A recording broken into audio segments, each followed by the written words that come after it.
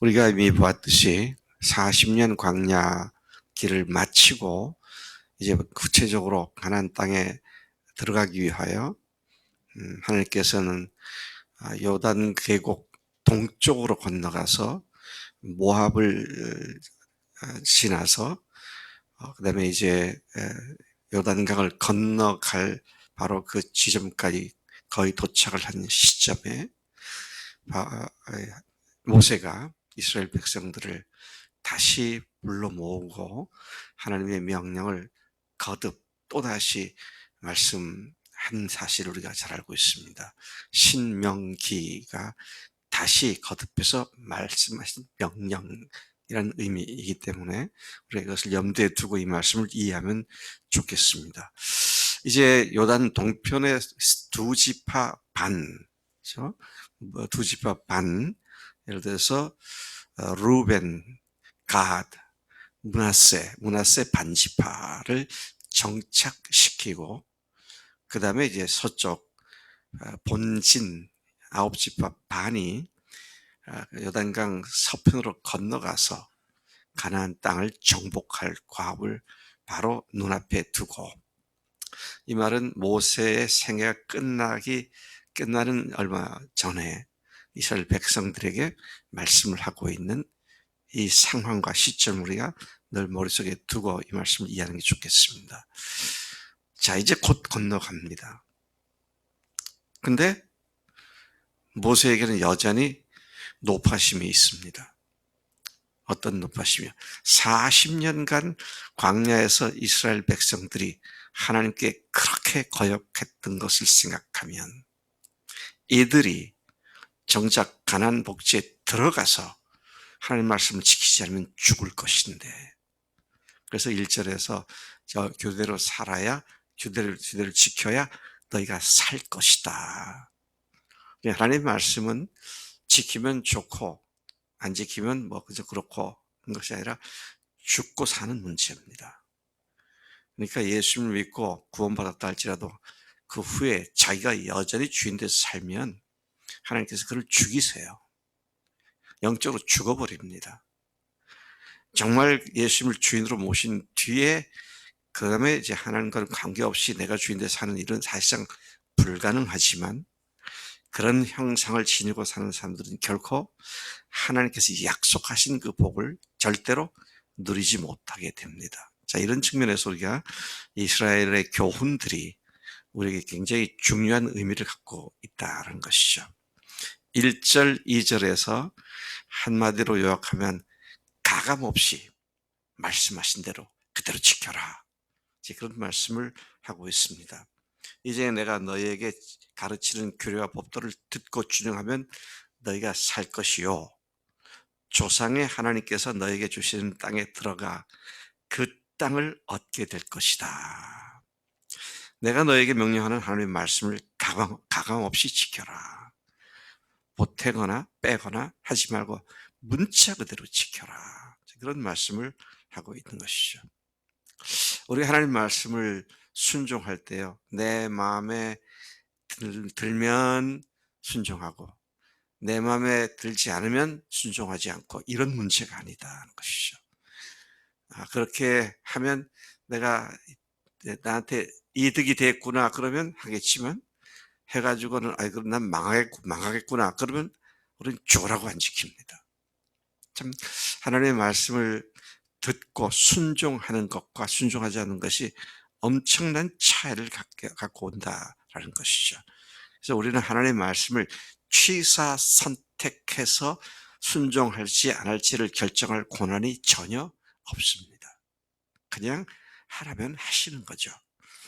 자, 3절에서 6절까지 모세는 그들이 하나님을 명령에 순종하지 않아서 겪었던 비극을 다시 상기시킵니다. 그것이 부올 바알의 사건이죠. 부올 바알의 비극을 반복하지 말라고. 여러분, 바알 부올 하면은요, 부올의 그것이 뭐냐면 부올 지방의 바알이라는 뜻입니다. 자, 이 사건은 음행한 사건이었습니다. 이 일이 언제 발생했느냐. 저는 이 말씀을 읽으면서 '그 옛날에 그랬지.'라고 생각하다가 가만 보니 이게 옛날 얘기가 아니구나. 그럼 지금 아까 세일산 주변에서 이렇게 머물러 있다가 북쪽으로 올라가면서 두 족속, 그죠? 아 누굽니까? 에서의 후손들과 롯의 후손들의 지역은 평화롭게 지나갔는데 그다음에 만난 것이 시혼과 그다음에 또 누구예요? 옥이잖아요. 근데 그 전에 어떤 사건이 있었습니까? 모압 왕이 발람을 모압 왕은 발락 왕이죠. 근데 그때 당시 하나님의 이름으로 점술가를 행했던 점쟁이 역할을 했던 발람에게 그들을 저주하라고.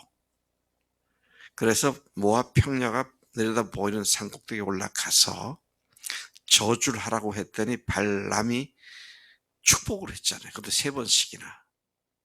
이제 그런 사건이 지금 이스라엘 40년 광야 끝자락에서 발생한 사건인데 지금 그 일이 겪고 나서 다 올라갔을 때 부월 지방에 있는 여자들이 모압 여자들이 이스라엘 남자들을 유혹해 가지고 그들과 음행을 하게 하고 그들이 믿던 신에게 제사하는 장소에 초대를 해서 같이 음식을 먹고 그 신들 앞에 절하게 만드는 이 사건이 지금 모세가 다시 신명기 말씀을 얘기하기 바로 몇 개월 전에 있었던 일입니다. 그러니까 우리가 시간을 잘 따져보면 그게 분명히 그렇습니다. 이게 뭐 30년 전, 50년 전, 뭐 40년 전 얘기가 아니고요. 바로 짧게는 2개월, 길게는 6개월 이내에 있었던 일입니다. 모세가 지금 말하고 있는 시점으로부터. 그러니까 생생하게 겪은 이야기죠. 근데 이 사건은 어떻게 발생을 했느냐. 발람 점쟁이 복술가가 발락 왕한테 자기가 얻어먹은 거 있잖아요. 불의 삭슬 받은 것이 있습니다. 그러니까 저주를 안 했지만 못했지만 그 꾀를 내 가지고 발의 꾀, 볼의 꾀 그렇게 꾀를 내 가지고 이스라엘 백성들을 미혹시켜서 범죄하게 만드는 그런 작전을 편 결과입니다. 그러니까 이 바알볼의 주범은 발람입니다. 민수기 31장에 정확하게 발람의 꾀라고 말하고 있는데요. 자, 그래서 어떻게 됐느냐. 2만 4천 명의 이스라엘 남자들이 연병에 죽었습니다. 어마어마한 비극이 발생한 겁니다. 지금 뭐 저기 어디에요?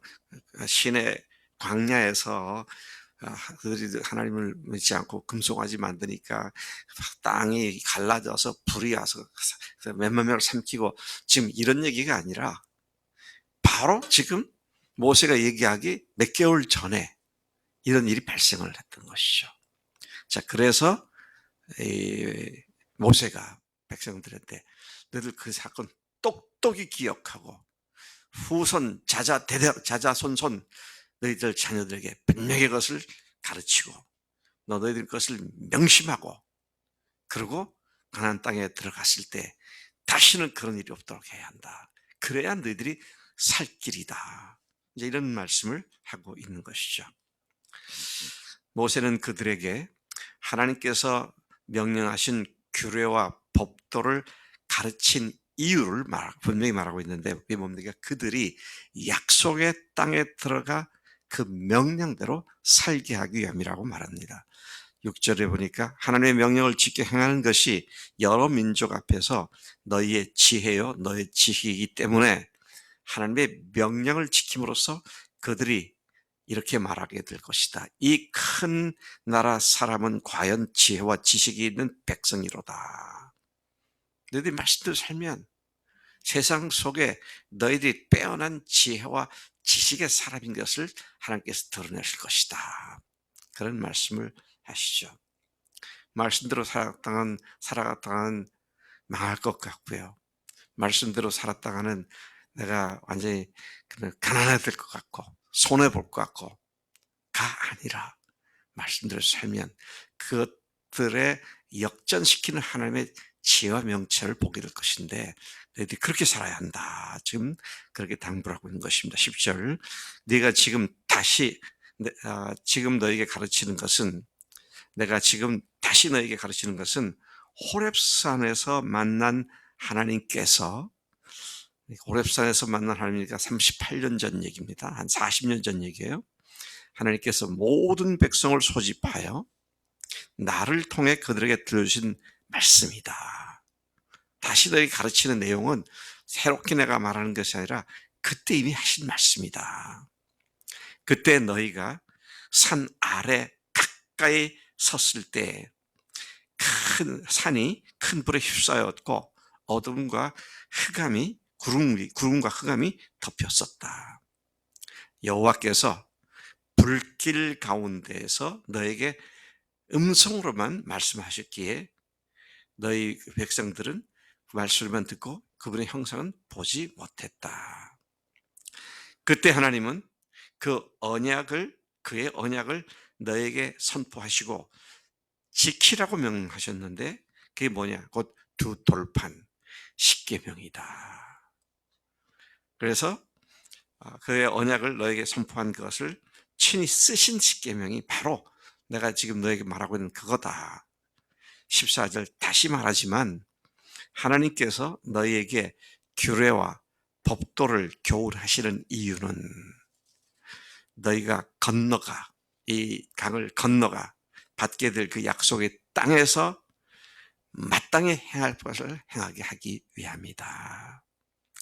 여러분, 하나님께서는 오늘도 같은 말씀을 우리에게 말씀하십니다. 너희가 예수님을 믿고 구원받은 너희 백성, 하나님의 교회를 이룬 너희가 너희 생각대로 살지 말고 믿음으로 순종하며 살아라. 이것이 너희가 살 길이다. 그런 말씀을 하시는 거죠. 제가 우리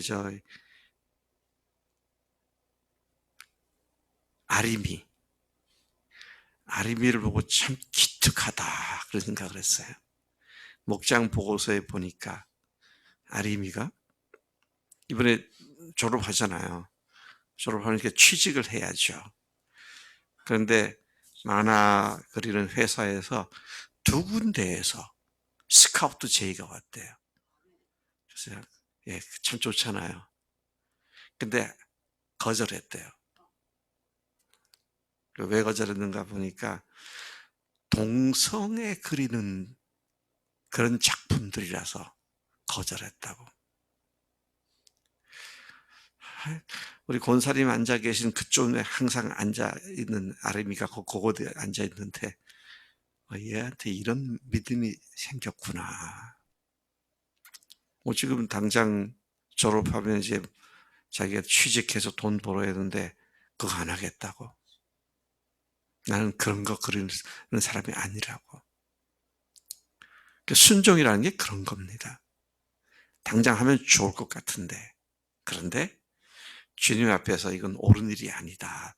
성령께서 말씀하시면 그냥 그대로 순종하는 거죠. 그래서 여러분 우리가 내가 소원하는 것에 꽂혀가지고 이거 아니면 안 돼! 라고 할 때 영락 없이 사탄에게 발목 잡히기 시작합니다.